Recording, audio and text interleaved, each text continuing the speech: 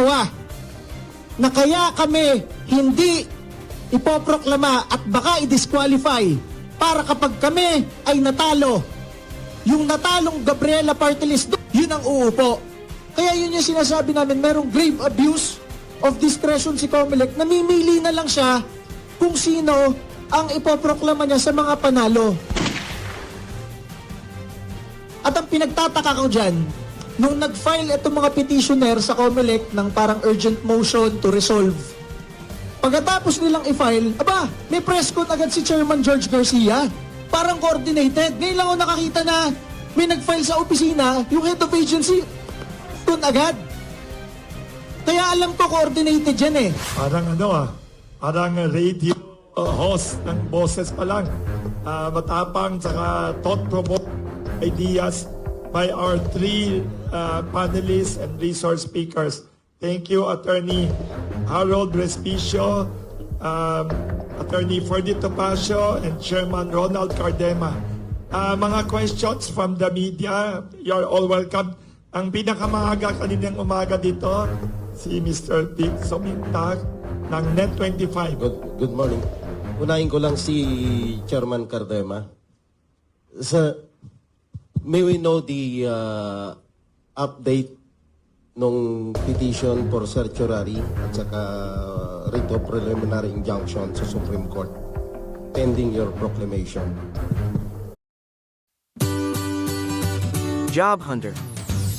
Nung Monday, hindi tayo sinama sa proclamation, kaya nung Tuesday po, nag-file tayo nito sa Supreme Court. Kasi pakiramdam natin, it is a grave abuse of discretion.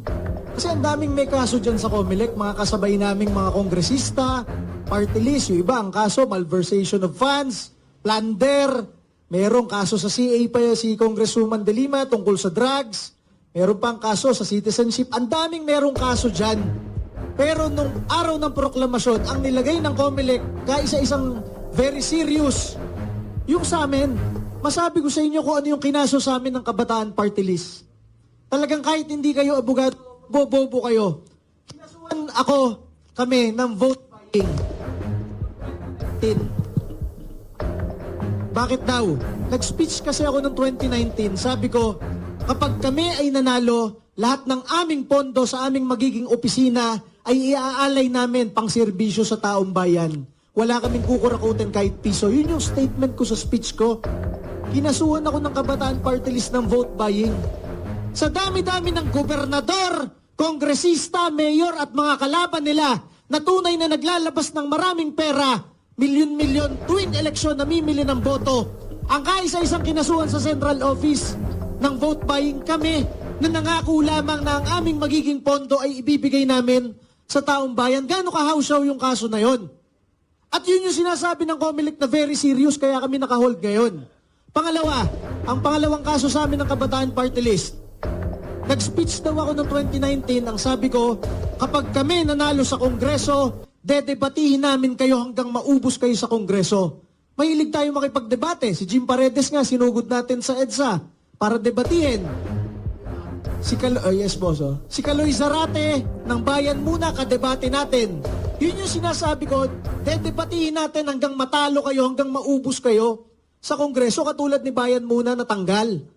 Ang kinaso sa akin, yung huling parte nilagay, hanggang maubos kayo, / Chairman Cardema is promoting violence tantamount to mass murder in the Philippines. Sabi ko po, yun yung klase ng kaso na kinaso sa amin. Kaya nga, nakapending pa yon kasi house show talaga. Ang isa pang kinakaso sa amin, tanggalin daw yung registration namin kasi hindi kami rehistrado. Sabi ko, ano na paano nangyaring pinipetition yung tanggalin yung rehistro namin dahil hindi kami rehistrado? Kaaway ko yung taga-Comelec noong 2019 to 2022. Senior Commissioner, si Rowena Guanzon. Kung hindi kami rehistrado dyan, tinanggal na ako nung kaaway ko. Sinasabi daw, meron daw hindi na-publish, meron daw hindi hearing na pinuntahan. Lahat ng order to publish, lahat ng notice of hearing na comply namin. Itong kakasuhan ko nga rin to si Attorney Maranyon eh. Kine-claim lahat na hindi rehistrado yan, fake yan. Paano mo papatunayan yun? Nag-e-exist kami 3 eleksyon na. Ibinoto kami ng taong bayan noong 2019, 300,000 na tao. Binoto kami ng 2022, 600,000 na tao. Ibinoto kami ng lampas 2 milyong Pilipino ngayong 2025. Pinakamataas na boto ng mga pulis at sundalo, pinakamataas na boto ng mga OFWs at ng maraming Pilipino. Paano sinasabing hindi kami nag-exist? Yun yung kaso sa amin noong 2019. At yung nagkaso sa amin, si Kabataan Party List, meron rin siyang pending case. Ang nagkaso, gobyerno ng Republika ng Pilipinas, sinasite yung mga napatay nilang bilang teroristang NPA. Bakit sila naproklama? Bakit mas seryoso yung house show na kaso sa amin nila kesa doon sa kinaso ng gobyerno ng Republika ng Pilipinas, pending pa rin hanggang ngayon? Kaya yun yung sinasabi namin, merong grave abuse of discretion si Comelec. Namimili na lang siya kung sino ang ipoproklama niya sa mga panalo. Alam nyo, ito masabi ko sa inyo. Yung nominee namin, galing Philippine Military Academy.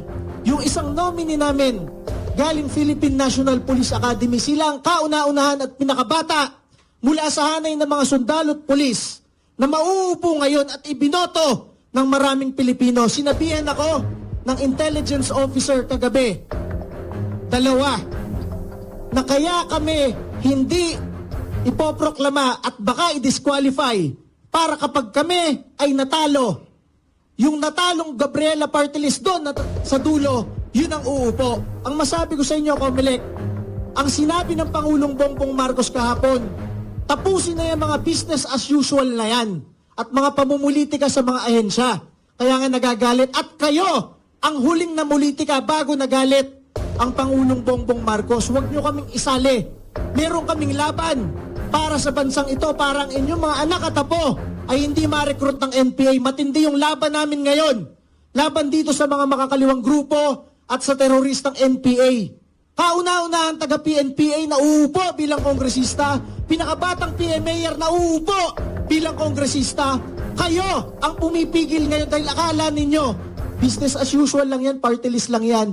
Hindi nyo alam, national security ng bansa ang nakasalalay dito, kaya namomroblema si Pangulong Bongbong Marcos kung bakit yung pamumulitika sa ahensya ninyo ay nakaka-contribute sa galit. So ano nga bang ibig sabihin ng cashback? Sa madaling salita,